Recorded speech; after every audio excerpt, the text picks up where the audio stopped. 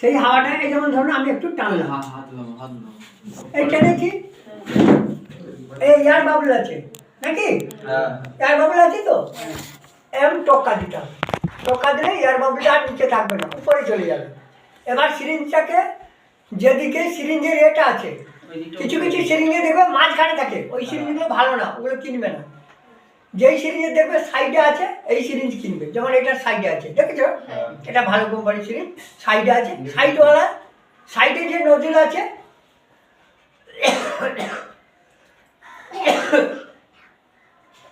এটা হচ্ছে নিডল, সবাই জানো।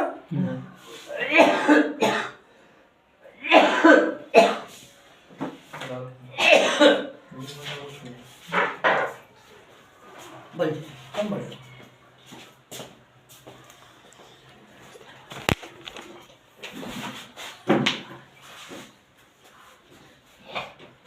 এটা হচ্ছে নিডল মানে ছুঁচ যেটা বলা হয়।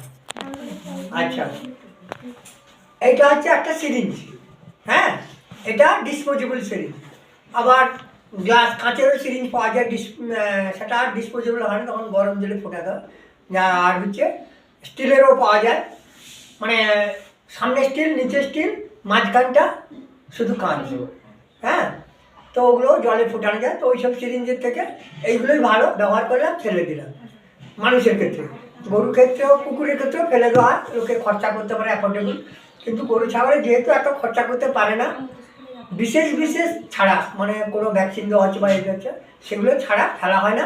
মোটামুটি 8-10 বার 15 বার ব্যবহার করা হয়। তারপরে যখন দেখা যাচ্ছে একটু হেজি হয়ে গেছে লেখাটা বা পিস্টনটা একটু টানতে অসুবিধা হচ্ছে, তখন ফেলে দেওয়া হয়। বোঝা গেল?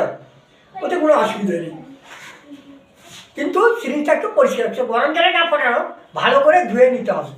অনেকে দেখেছি আমি, মানে হুটপাট করে, অপরিষ্কার, সিরিঞ্জটাকে ভালো করে ধুলো না, তাহলে একরকম ওষুধের কিছু রেসিডিউরি থেকে যায়, আর একটা যখন ওষুধ নিচ্ছি তার রিয়াকশান হতে পারে, কেটে যেতে পারে। বোঝা গেল? ঠিক। আচ্ছা, তাহলে টোকা দিয়েছি, চলে গেছে। এইবার যেই দিকে নজুলটা আছে জাস্ট এরকম কাট করবো, একটু বেশি না, কাট করলে হবে কি, বাবুল আর এদিকে ওদিকে থাকবে কি, ঠিক এই কোনায় চলে আসবে। তখনই আস্তে করে নিডল লাগানো আছে, এই টেপাটাও হাতের টেকনিক, ওটা টিপতে টিপতে হ্যাবিট হয়ে যাবে, তখন কম টেপা হবে। প্রথম প্রথম হয়তো একটু বেশি টেপা হবে।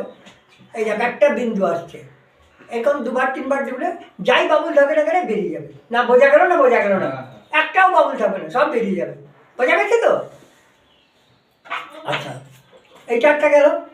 আর এরকম ভায়াল থেকে যখন ওষুধ বের করবে, প্রথমে তুমি ইনস্ট্রাকশন লেখা আছে, যদি পাউডার ফর্মে থাকে, 2 রকম হয়, একটা পাউডার ফর্মে থাকে, তাকে ডিস্টিল ওয়াটার মেশাতে হবে, বা তার যা ডাইলুয়েন্ট দেওয়া থাকবে সেটা মেশাতে হবে।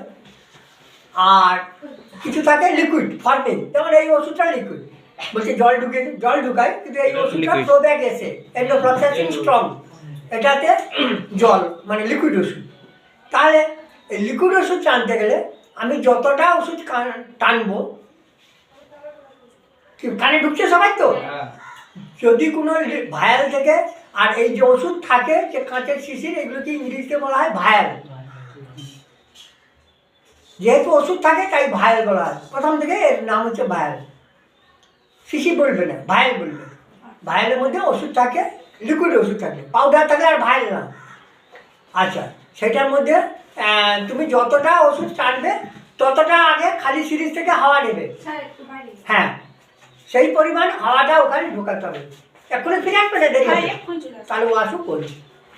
ততটা পরিমাণ হাওয়া আমি টানলাম সিরিঞ্জে, তারপরে এখানে নিডলটা ঢুকিয়ে তারপরে হাওয়াটা ঢুকিয়ে দেবো, দিয়ে দেখবে একাই আসতে লাগবে।